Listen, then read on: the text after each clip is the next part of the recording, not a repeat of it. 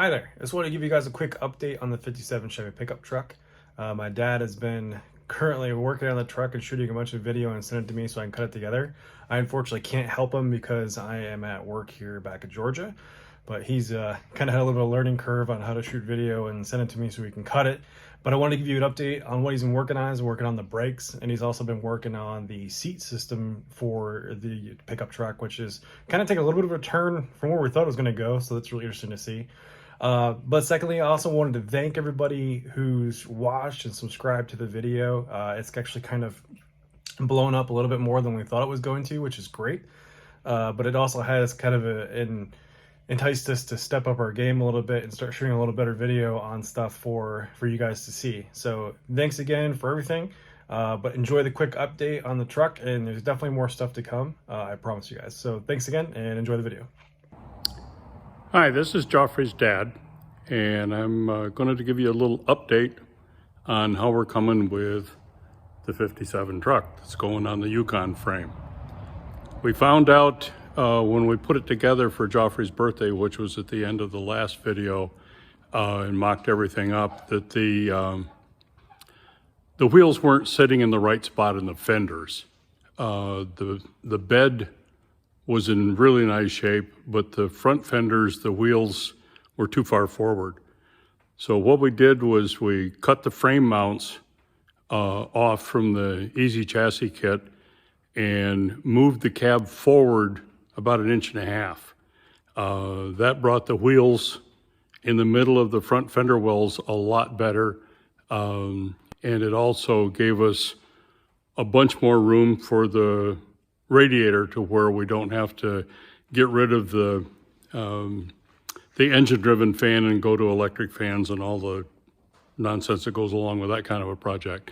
So it just worked out a lot better with moving the cab forward 1.5 inches than what the original instructions were. So updating a little bit, we've been working on the brakes. We did not take any of the brakes apart when we took them off the Yukon. So here we've got the Hydro Boost system that was in the Yukon. I've had new hoses made up that go down to the power steering pump and and to the steering box itself, the inlet and return, and there's also a vent line that goes on there. Kind of started backwards on that when I was installing it up here on the firewall for the test fit, because we kind of had a free slate here. We didn't have anything up there. The original 57 had the master cylinder down in underneath the floor. We actually started from the back side, or the inside of the truck, with the brake system, because the thing I wanted to accomplish was to make sure that I had the brake pedal in the right relationship to the steering column, to where they weren't going to interfere with each other. So this is the bracket that came out of the Yukon. I ground a bunch of stuff off it that we didn't need, put that up, and I just clamped it in place because it had the brake pedal already on it, and made sure that it was where I wanted it. And I originally had it about 2 inches to the right of what we ended up with here, but it wasn't where I wanted it. So I kept moving it over and moving it down and moving it over and moving it down to where I got the right position for the hinge of the brake pedal, and also got the brake pedal to where it was in the right position off the flat part of the floor, and also was in the right position for where it starts to go up the firewall. So that positioning of the inside bracket determined where the outside bracket was going to go. Came back out to the front and made up a little template of what the bracket needed for bolts, and taped that to the front of the firewall, and located the Hydro Boost system on the firewall. That's obviously all got to come back off because we've still got 1,000 holes to fill in the firewall from the various things that went on. And I'm going to put some pieces on the firewall, because as you can see here, there's stiffening ridges in here, and there's about 3/8 of an inch to maybe 1/2 inch that they stick up above the rest of the firewall. And I'm going to put another chunk of steel in over the top of that to fill those in to where it's a flush firewall. And by doing that over on this side, it'll make the whole firewall a lot stronger for pushing on the brake pedal. And I'll also run brackets from there back up to the dash to make the steering wheel and the brake system all very good for a lot of high pressure stuff.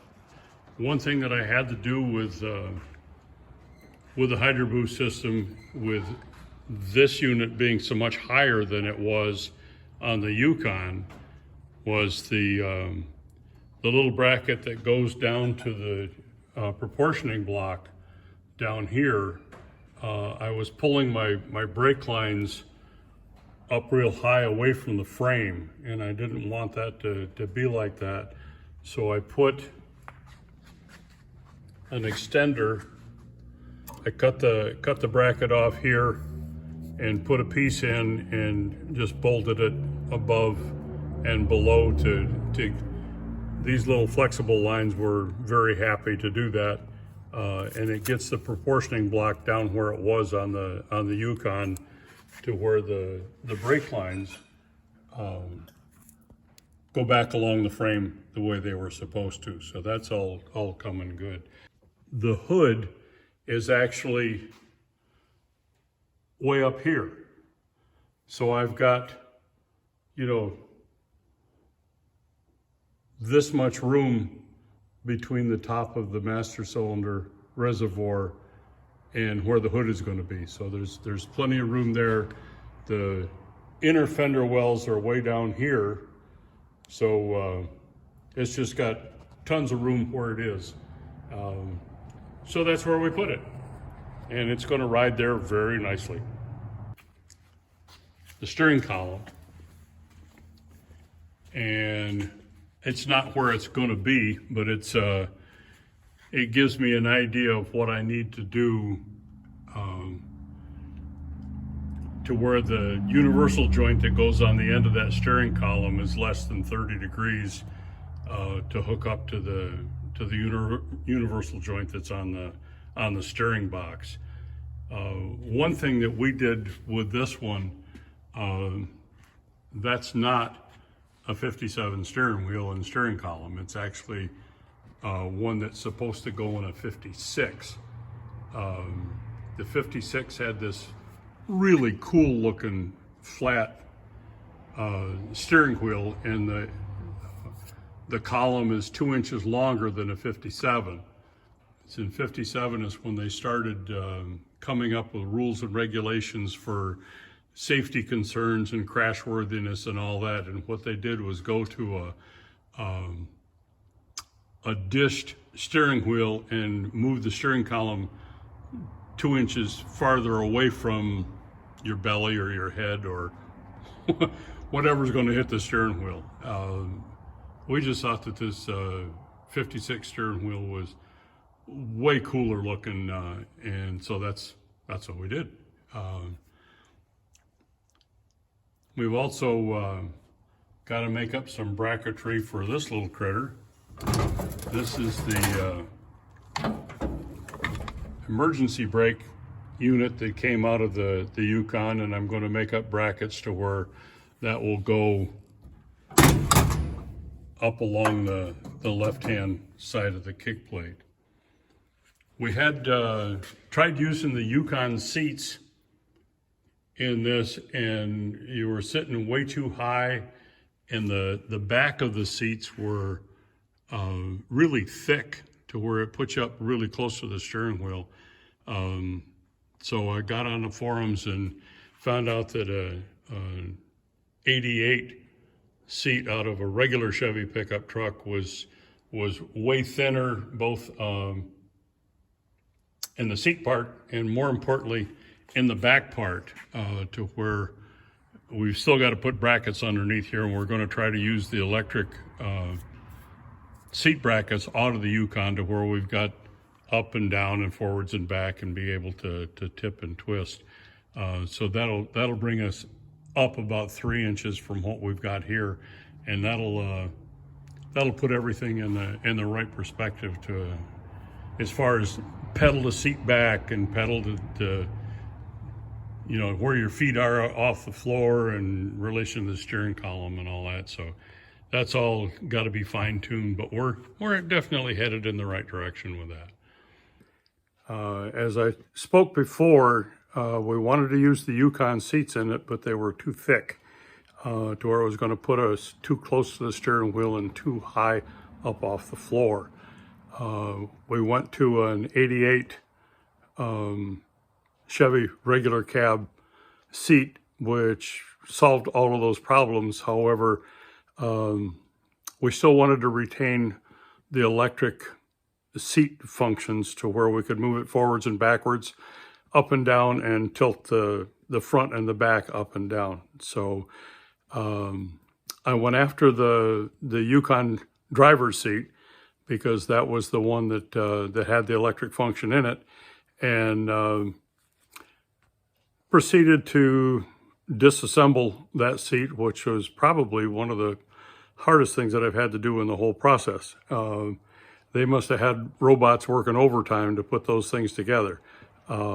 Anyhow, this is what I came up with. This is the seat frame that came out of the driver's side Yukon seat, and there's the back of the Yukon seat, and there's the seat of the Yukon seat.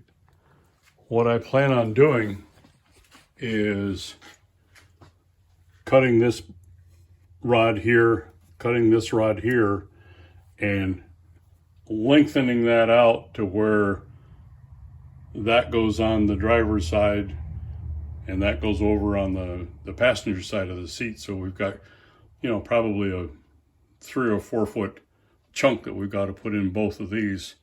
And these are the motors that tip the seat forwards and backwards, and then this is the motor that makes the seat go forwards and backwards. And we got to come up with a different method to do that, because this is actually run off little speedometer cable looking things, and I don't think I'm going to be able to extend them. So we got to come up with a way to maintain the ability to move the seat forwards and backwards, and that'll be one of those pro tips when we get to that point. Okay, so here we are with all the seat taken apart. And like I was saying, this was quite a project. They've got all kinds of little brackets and angle things and weird little things going on to make all that stuff stay together. Once I got to this point, where these are the rails where the seat actually bolts. These are the rails where the seat bolts to the floor, and they had a lot of angle brackets with, you know, for the seat belts and a bunch of other things on there that I had to get the wheel of death out and do that. The reason that I had to do that was to get this area down below here to where the seat can actually sit on there and go over the top of this. So I had to cut the brackets off on this side, had to cut the brackets off on this side to where the seat will actually go there. Now, this is for just the single seat it was the driver's seat on the Yukon. This is the motor that runs the back of the seat up and down. This is the motor that runs the front of the seat up and down. And then this is the motor that makes the seat go forwards and backwards. Obviously, I had to lengthen that out. So again, my friend, the death wheel, I ground this tube off to where I could separate them and put them on the seat. That's where I'll show you next. So now we're out at the seat, and we've got the passenger side bracketry over here. We've got the driver's side bracketry over here, and they're about where they belong. Fortunately, when I cut the rods off, the inside of the rod was just 7/16 of an inch. So I went to Tractor Supply and got two 7/16 by 3 foot rods, and they slide in there, and they slide in there, and that'll show up on the next video when I've got all that done. We'll just end up welding those rods in, and then I talk about how I get the forward and aft operation back together in the next video, or the continuation of this one. Now we've got the rods here hooked into those tubes, and they will end up getting welded in. Same thing over on this side. And this is the way that you adjust here, because this is wider than what the floor is in the truck. The widest that you can go is 53 inches. These are 55. And I've got all of this garbage sticking out past where the floor mounts are. So I've moved them in to where I've got 47 inches between this floor mount and the center of this one, which is actually, that's the floor mount, but that's where I was measuring from to get the same on both sides. So that's all adjustable with these long rods here. The real kicker was this little guy right here. This is the motor that allows the seat to travel backwards and forwards. And I wasn't really sure, because it's got this enclosed tube and then a worm gear that drives a little speedometer cable back to a lead screw, and the lead screw runs through a nut that pulls the slider forwards and backwards.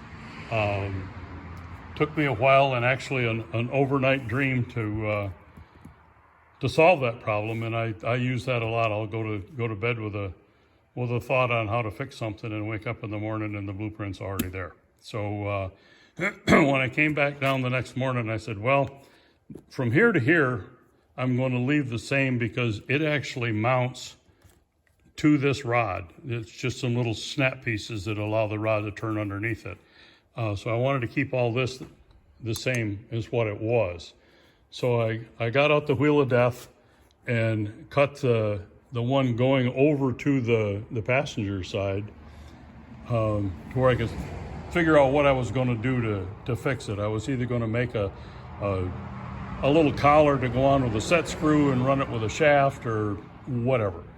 Well, it turns out that this little guy is nothing more than a speedometer cable. Which I thought, GM did a pretty good job on that. So what I've come up with is I ordered a speedometer repair kit from Amazon that has one end already has the square on it that fits in there. The other end you have to cut off and there's a little clip that slides onto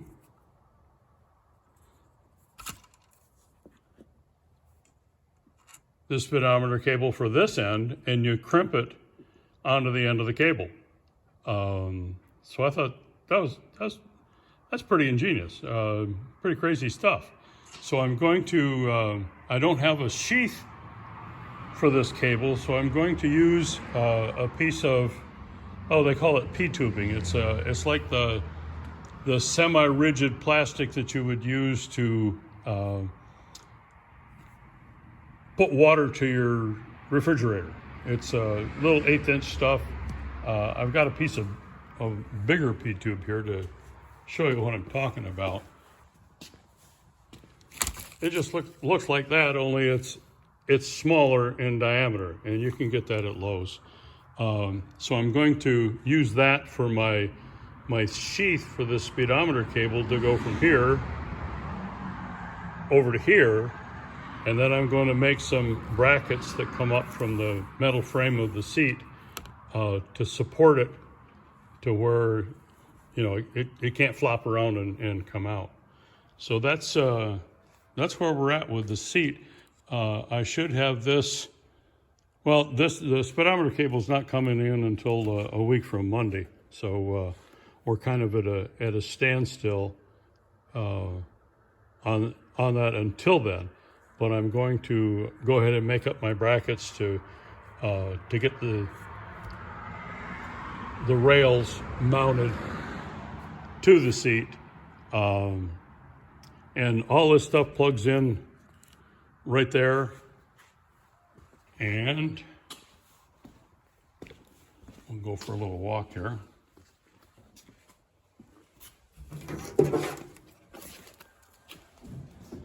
And this is the the brains of the whole outfit. This is the one that Joffrey showed you in his pro tip on the first phase of that. The orange wire is hot. The black wire is ground. The other 4 wires are for the seat belt and for the airbags, so we don't really care about them.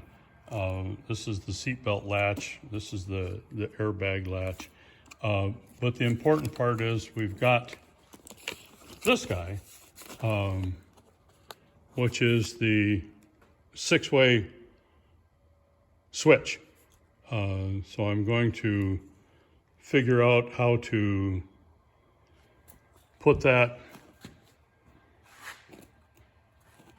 in there or that way, or anyhow, we got lots of wire to play with. So we'll come up with some equally ingenious methods to do that. So that kind of brings you up to date on where I am today. It's all going slow, but it's going, and that's all that we can really ask for. Talk to you later. Bye. All right, that's going to do it for this video. Thank you guys so much for watching and subscribing and checking it out and riding along with us.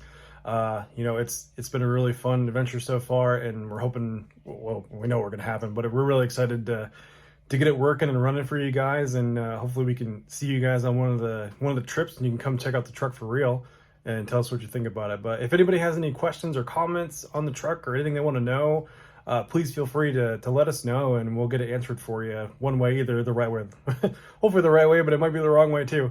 But thanks again, everybody, for watching, and stay tuned. We will have more stuff coming up for you soon. Thank you so much.